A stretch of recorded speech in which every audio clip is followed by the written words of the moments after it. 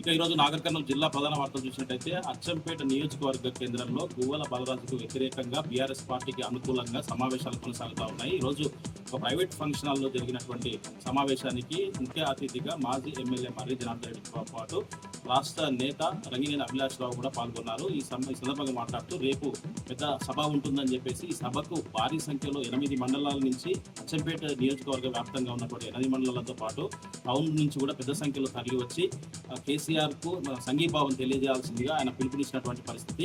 మొత్తంగా చూసినట్టయితే గువ్వల బాలరాజు పార్టీ విడిచి వెళ్తే ఎలాంటి సమస్య లేదని చెప్పేసి ఉన్నటువంటి నాయకులమంతా కూడా కష్టపడి ఎంతో శ్రమ కోర్చి కూడా పెద్ద ఎత్తున రాబోయే స్థానిక సంస్థల ఎన్నికల్లో మంచి మెజారిటీ సాధించడంతో పాటు ప్రతి గ్రామానికి కూడా గులాబీ జెండా ఎగరవేసేందుకు కృషి చేయాలని చెప్పేసి కూడా మాజీ ఎమ్మెల్యే మర్రి జనార్దన్ రెడ్డి పిలుపునిచ్చినటువంటి పరిస్థితి కనిపించింది. దానికి అందరికీ కూడా సంఘీభావంగా రేపు పెద్ద సంఖ్యలో హాజరవుతామని చెప్పేసి కూడా బీఆర్ఎస్ నాయకులు కార్యకర్తలు తేల్చి చెప్పినటువంటి పరిస్థితి కనిపించింది.